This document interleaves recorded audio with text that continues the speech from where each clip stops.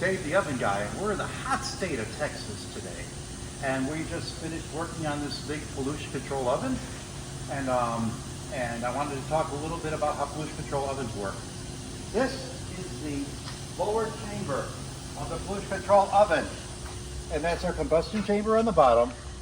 The flame goes on through there and the heat comes out here.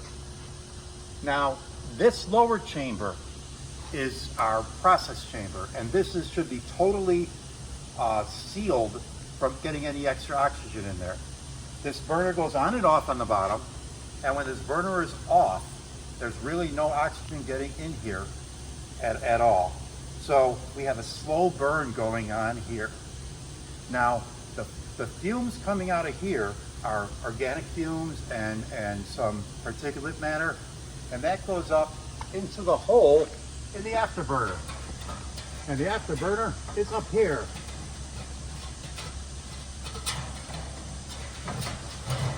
The fumes go up into the afterburner here, and they leave out here, and they go through here and up the stack. The afterburner has a burner itself, and the flame on here is on all the time.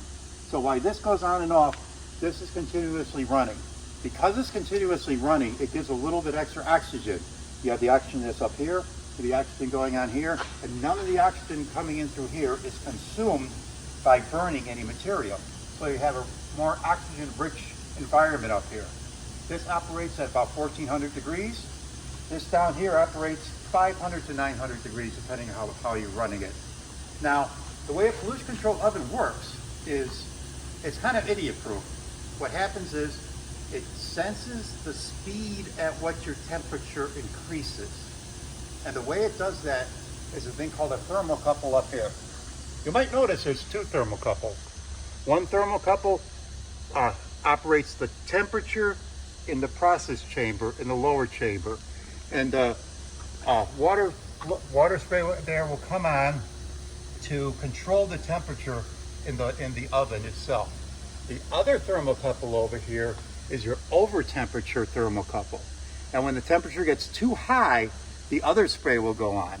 So if there's an emergency where the temperature goes over a certain set point, then we're going to put the higher spray on. Plus the lower spray will be going on at that point.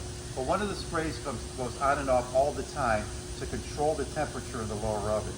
That temperature that is controlling is not just putting out any fires that are in the oven. It actually starves the oven of oxygen. What happens is the water comes out, it sprays, and it's instantly vaporized into water vapor.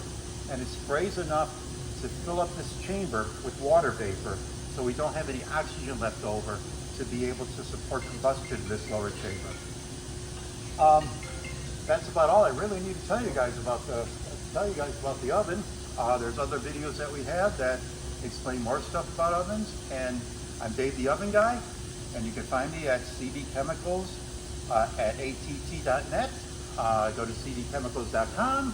You could email baco at cdchemicals.net, and call me at 312-550-7083.